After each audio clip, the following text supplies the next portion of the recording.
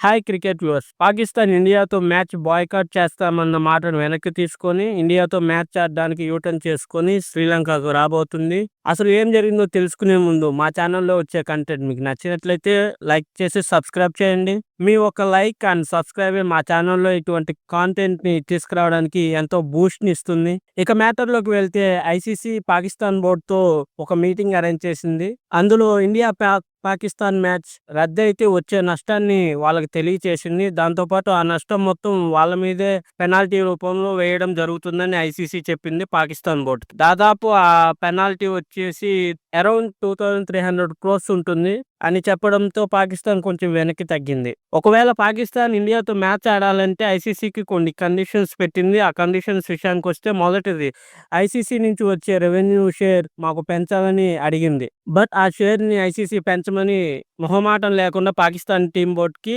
తెలియజేసింది. నెక్స్ట్ ఇది ఇండియాతో bilateral matches మళ్ళీ మొదలుపెట్టాలని పాకిస్తాన్ కోరింది. దాన్ని కూడా కొట్టేసింది ఐసీసీ. తర్వాత మూడోది ప్లేయర్స్ మధ్యలో హ్యాండ్ షేక్ గురించి చెప్పింది.